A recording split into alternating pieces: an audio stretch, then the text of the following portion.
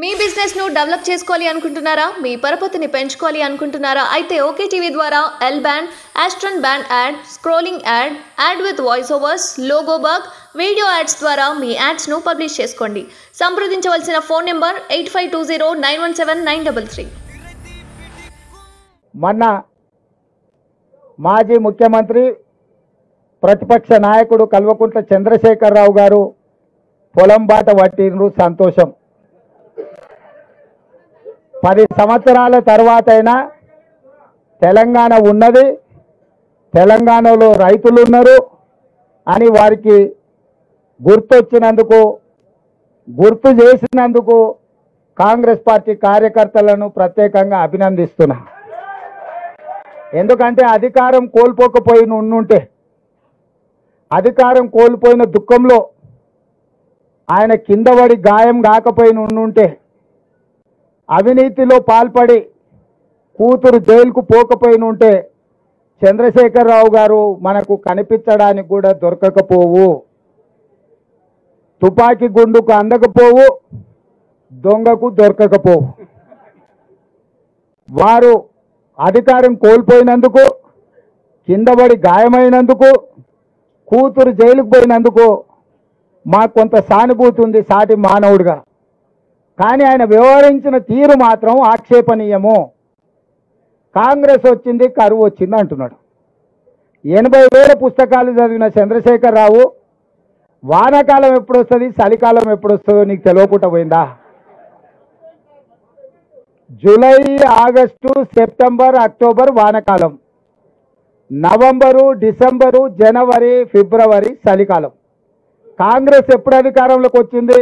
December 7 తారీఖు నాడు వచ్చింది. చలికాలంలో వానలు పడతాయా? సారగోలు వేసుకున్నప్పుడు వాన పడ్డట్టు అనిపిస్తే నాకు తెలియదు. మరి July, August, September, October, November, December 7 తారీఖు మేము ప్రమాణ స్వీకారం చేసే వరకు తమరే ముఖ్యమంత్రిగా ఉంటుంది, తమరి ప్రభుత్వమే అధికారంలో ఉండే. మరి తమరి పాపాలకే కదా వరుణదేవుడు భయపడిపోయి వానలు కురవక కరువు వచ్చింది.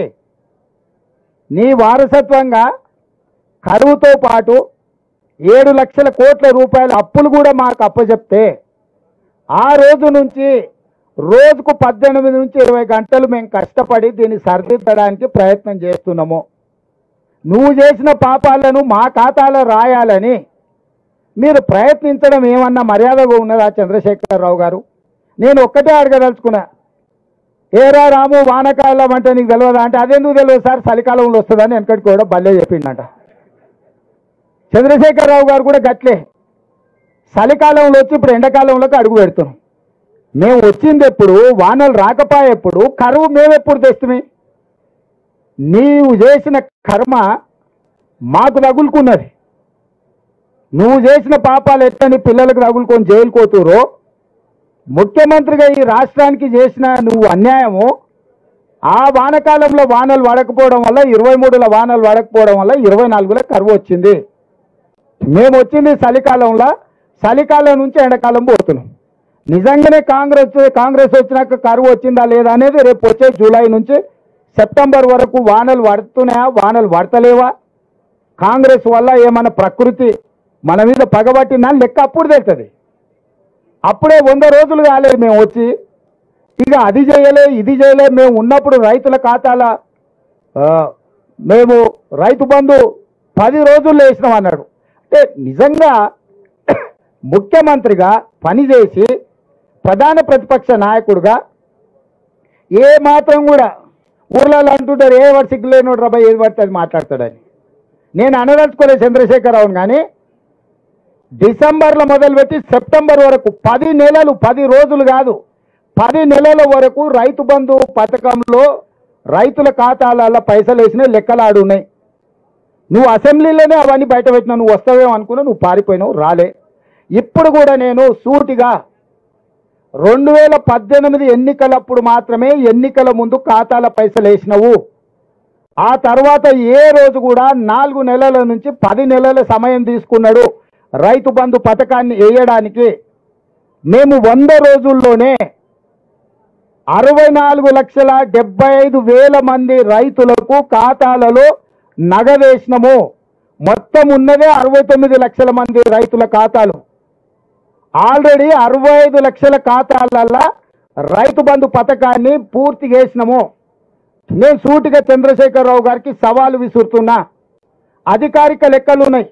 64,75,581 రైతుల ఖాతాలలో రైతు బంధు పథకము మేము వేయడం జరిగింది. ఇక మిగిలింది 4 లక్షల చిల్లర మాత్రమే. ఒకవేళ ఈ లెక్కలలో తప్పులు ఉంటే మీరు ఏ శిక్ష విధించినా మేము ఆ శిక్షను అనుభవించడానికి సిద్ధంగా ఉన్నాము. మేము చెప్పిన లెక్కలు నిజమైతే తెలంగాణ రైతాంగానికి నువ్వు ముక్కు నేలకు రాసి క్షమాపణ చెప్తావా అని చెప్పి నేను వారిని అడుగుతున్నా. ఇక విద్యుత్ గురించి మాట్లాడాను. ఆయన సూర్యాపేటలో మాట్లాడుతుంటే మైక్ ఆగింది. అసలు ఎంత సిగ్గులేనోడు అంటే నేను మళ్ళీ విద్యుత్ అధికారులు అడిగిన. విద్యుత్ అధికారులు చెప్పాను, సార్ ఆయన ఉన్న ఏరియాలో కదా సూర్యాపేట టౌన్లో ఏ సబ్ స్టేషన్లో కూడా 30 సెకండ్లు కూడా కరెంటు పోలేదని అధికారిక లెక్కలు చెప్పినాయి. ఆయన పెట్టుకున్నది కూడా జనరేటర్తో పెట్టుకున్నాడు. ఆయన పెట్టిన మైకు ఆడ పెట్టిన సమావేశాన్ని కరెంటు కనెక్షన్ లేదు, జనరేటర్ కనెక్షన్ ఉంది. నీ జనరేటర్లో ఎవరు పుల్ల పెట్టిండో, నీ పార్టీలో ఎవరు కాచే పెట్టిండో, ఆ 3 అడుగుల జగదీశ్వర్ రెడ్డి పడనోళ్ళు ఆ జిల్లాలో బొచ్చడి మంది ఉన్నారు. ఎవడు ఆ కనెక్షన్ వీకిండో, ఎవడు కనెక్షన్ పెట్టిండో ఎవరికి తెలుసా? నీ దాంట్లో ఉన్న బొక్కలు నువ్వు చక్కగా చూసుకోక ఇక చూసినావు కరెంటు కాంగ్రెస్ వాళ్ళు తీసిరని. చంద్రశేఖరరావు, నేను నీకు ఒక మాట చెప్పదలుచుకున్నా. 10 ఏళ్ళు మేము ప్రతిపక్షంలో ఉన్నాం. ఏ ఒక్క రోజైనా రైతుల విషయంలో కానీ, విద్యార్థుల విషయంలో కానీ, నిరుద్యోగుల విషయంలో కానీ మేము ఏదైనా కార్యాచరణ తీసుకుంటే మమ్మల్ని ఇళ్లలో నుంచి బయటకన్నా వెళ్ళనిచ్చినవా? పోలీసు నిర్బంధాల మధ్యలో, పహారాల మధ్యలో, లాఠీ చార్జుల మధ్యలో ప్రతిపక్షాల గొంతు నొక్కి ఇంట్లో నుంచి బయటకు వెళ్ళక ముందే మమ్మల్ని గొర్రెలు ఇసుకపోయినట్టు ఇసుకపోయి పోలీస్ స్టేషన్లో వేసినావు కదా, అప్పుడే మర్చిపోయినావా? మేము ప్రజాస్వామ్యాన్ని నమ్ముతాం, విశ్వసిస్తాం కాబట్టి నీ పర్యటనకు మొత్తానికి ప్రభుత్వమే ఏర్పాట్లు చేసింది. నీ పార్టీ కార్యకర్తలు ఎవరు ఏర్పాట్లు చేయలే. కంప్లీట్గా నీకు రక్షణ కల్పించి ప్రధాన ప్రతిపక్ష నాయకుడికి ఎక్కడికైనా వెళ్ళని, ప్రజల్ని కలవని, ప్రజా సమస్యల మీద మొదటిసారి బయటకు వచ్చిండు. కనీసం ఇట్లనే ఆయన పాపాలు అడుక్కుంటాడేమో అని చెప్పి అన్ని ఏర్పాట్లు మా మంత్రివర్గం ఏర్పాటు చేసింది. ప్రతి క్షణం నేను ఎక్కడ కూడా ప్రతిపక్ష నాయకుడికి ఇబ్బంది కలగొద్దని మా పోలీస్ అధికారులకు సూచనలు చేసుకుంటే ఆయన పర్యటన అంతా జరగనిచ్చిన. ఒకవేళ మేమే అనుకుంటే నువ్వు ఇంట్లోకి వెళ్ళి బయటకు వెళ్తుంటావా చంద్రశేఖరరావు? మొట్టమొదట నువ్వు ప్రజల దగ్గరికి వెళ్ళడానికి, కలవడానికి, ప్రతిపక్ష నాయకుడిగా నీ బాధ్యత నెరవేర్చడానికి అన్ని రకాలుగా సహకరించినందుకు మా ప్రభుత్వానికి కృతజ్ఞత చెప్పాలి. రెండవది, నీ పాపాలు కడుక్కోవడానికి ప్రజల దగ్గరికి వెళ్ళినావు. నీ పార్టీ ఖాతాలో 1500 కోట్ల రూపాయల దోపిడీ సొమ్ముంది. దోసుకున్న వాళ్ళు ఎలక్షన్ బాండ్లు ఇచ్చారు, 1500 కోట్ల రూపాయలు నీ ఖాతాలనే ఉన్నాయి. ఆ పాపం సొమ్ము ఒక 100 కోట్లు ప్రజలకు వంచిపెట్టిన ఉంటే ఆ నష్టపోయిన రైతులకు అంతో ఇంతో 100 కోట్ల ఆర్థిక సాయం నీ పార్టీ ఖాతా నుంచి ఇచ్చినుంటే నిజంగానే ఈ రైతుల పట్ల నీకు సానుభూతి ఉంది, నిజంగానే రైతులు పంట నష్టపోయారు, దీన్ని ఏమన్నా సరిదిద్దాలని నీ ఆలోచన ఉన్నదని ప్రజలు అనుకునేటోళ్ళు. ఎండిపోయింది ప్రజల పంట, దాని మీద కూడా రేపు పార్లమెంట్ ఎన్నికలలో లబ్ధి పొందాలని ఇట్లాంటి నక్కచిత్తుల వేషాలు ప్రజలకు తెలియవా? ఎన్నికలు లేకపోతే నువ్వు బయటకు వస్తుంటావా చంద్రశేఖరరావు? ఎన్నికలు ఉన్నాయి కాబట్టి ఈరోజు బయటకు వెళ్ళిండు. ప్రజలు ఏమంటున్నారంటే బొక్కలో దాచుకున్న ఎలుకకు పొగ పెడితే బయటకు వస్తుంది సార్, ఎన్నికలనే పొగ పెట్టినాం కాబట్టి ఎలుక బయటకు వచ్చిందని ప్రజలు అంటున్నారు. మేమేం అనదలుచుకోలే, నువ్వు ప్రతిపక్ష నాయకుడు చెయ్యి, ఇంకా బాగా తిరుగు, ప్రజలలో ప్రజల సమస్యలు తెలుసుకో, నివేదికలు తీసుకురా, ఇవ్వు ప్రభుత్వానికి. నీ సూచనలు ఏమైనా ప్రజలకు ఉపయోగపడతాయంటే 100% మా ప్రభుత్వం వాటిని స్వీకరిస్తుంది.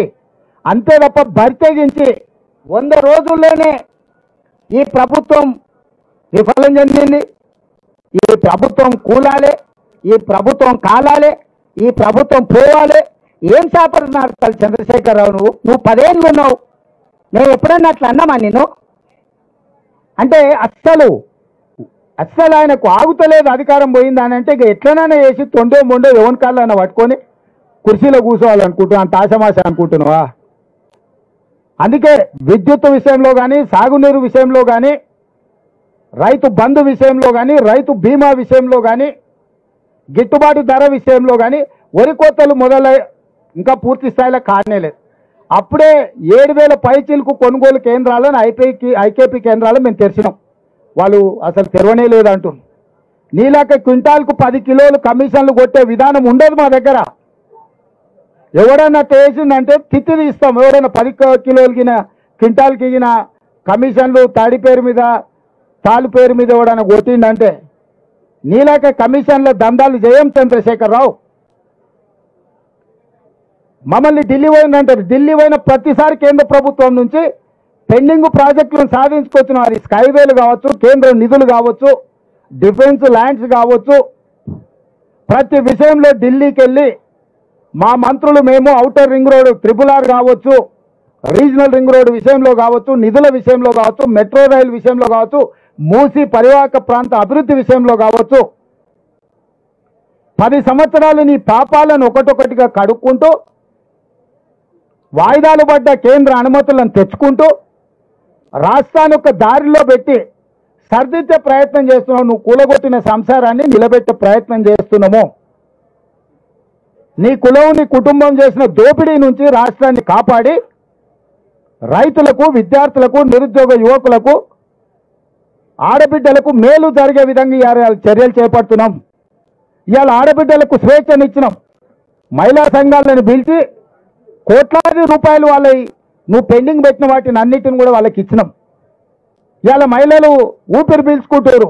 మా అన్న వచ్చిండు, మా ప్రభుత్వం వచ్చింది, మా సోనియా మా ప్రభుత్వం వచ్చింది, మాకు సిలిండర్ వచ్చింది, ఇంటికి ఉచిత కరెంట్ వచ్చింది, మాకు ఆర్టీసీ బస్సులలో ఉచితంగా ప్రయాణం చేస్తున్నాం, మాకు స్వేచ్ఛ వచ్చింది. మా మహిళా సంఘాలు అన్నీ కూడా మళ్ళీ ఊపిరి పోసుకున్నాయి. లక్షాధికారులు కాదు, ప్రతి మహిళా సంఘం కోటీశ్వరులను చేస్తామని ప్రభుత్వం ముందుకు వచ్చిందని వాళ్ళ కళ్ళల్లో సంతోషం ఉంది, ఆనందం ఉంది. అది చూసి నీ కళ్ళల్లో నిప్పులు పోసుకుంటున్నావు చంద్రశేఖరరావు. ఆడబిడ్డలు నా కళ్ళల్లో ఆనందాన్ని చూసి నీ కళ్ళల్లో నిప్పులు పోసుకున్నా, నీ కడుపున మంటలు రేగినా ప్రజలు నీ పట్ల సానుభూతి చూపియరు. ఎందుకంటే నువ్వు అన్ని పాపాలు చేసినావు. పాపాల పేరోడు అనే పదం కూడా నీకు చిన్నది. అందుకే పిల్లి శాపనార్థాలకు ఉట్టి తెగిపడదు. చంద్రశేఖరరావు పర్యటనను కాంగ్రెస్ పార్టీ కార్యకర్తలు 100 ఎలుకలు తిన్న పిల్లి తీర్థయాత్రలు పోయిందన్నట్టుగా చూస్తున్నారు. నీ దోపిడీని కప్పిపుచ్చుకోవడానికి ఈ ఎన్నికల్లో నీ ఎంపీ అభ్యర్థులు పారిపోతుంటే దాన్ని అధిగమించడానికి నీకు తెలిసిన టక్కుంటమార విద్యలన్నీ ప్రదర్శిస్తున్నావు. ఇవన్నీ కాలం చెల్లిపోయినాయి. చంద్రశేఖర్ అనేవాడు తెలంగాణ రాష్ట్రంలో రద్దయిపోయిన 1000 రూపాయల నోటు లాంటి వాడు. ఎవడన్నా జేబులో పెట్టుకుంటే జైలుకు పోతాడు. 1000 రూపాయల నోటు. ఇవాళ టీఆర్ఎస్ కూడా గట్లాంటిదే. రద్దయిపోయిన 1000 నోటు బీఆర్ఎస్, టీఆర్ఎస్, కేసీఆర్ ఆ ప్రభుత్వం ఏందో దాని కాలం అయిపోయింది. ఏదేమైనా ఒక్కటి మాత్రం నేను అభినందించదలుచుకున్నా. ప్రతి వారం నువ్వు బయటికి వెళ్ళాలి, ప్రజలలో తిరగాలి, ప్రతిపక్ష నాయకుడిగా నీ బాధ్యత పోషించు. మా ప్రభుత్వం ప్రతిపక్షాలను గొంతు నొక్కాలని అనుకోదు. ప్రజా సమస్యలు మీరు మా దృష్టికి తీసుకొస్తే సహేతుకమైన వాటిని మా ప్రభుత్వం బేసిజాలకు పోకుండా పరిష్కరిస్తుంది.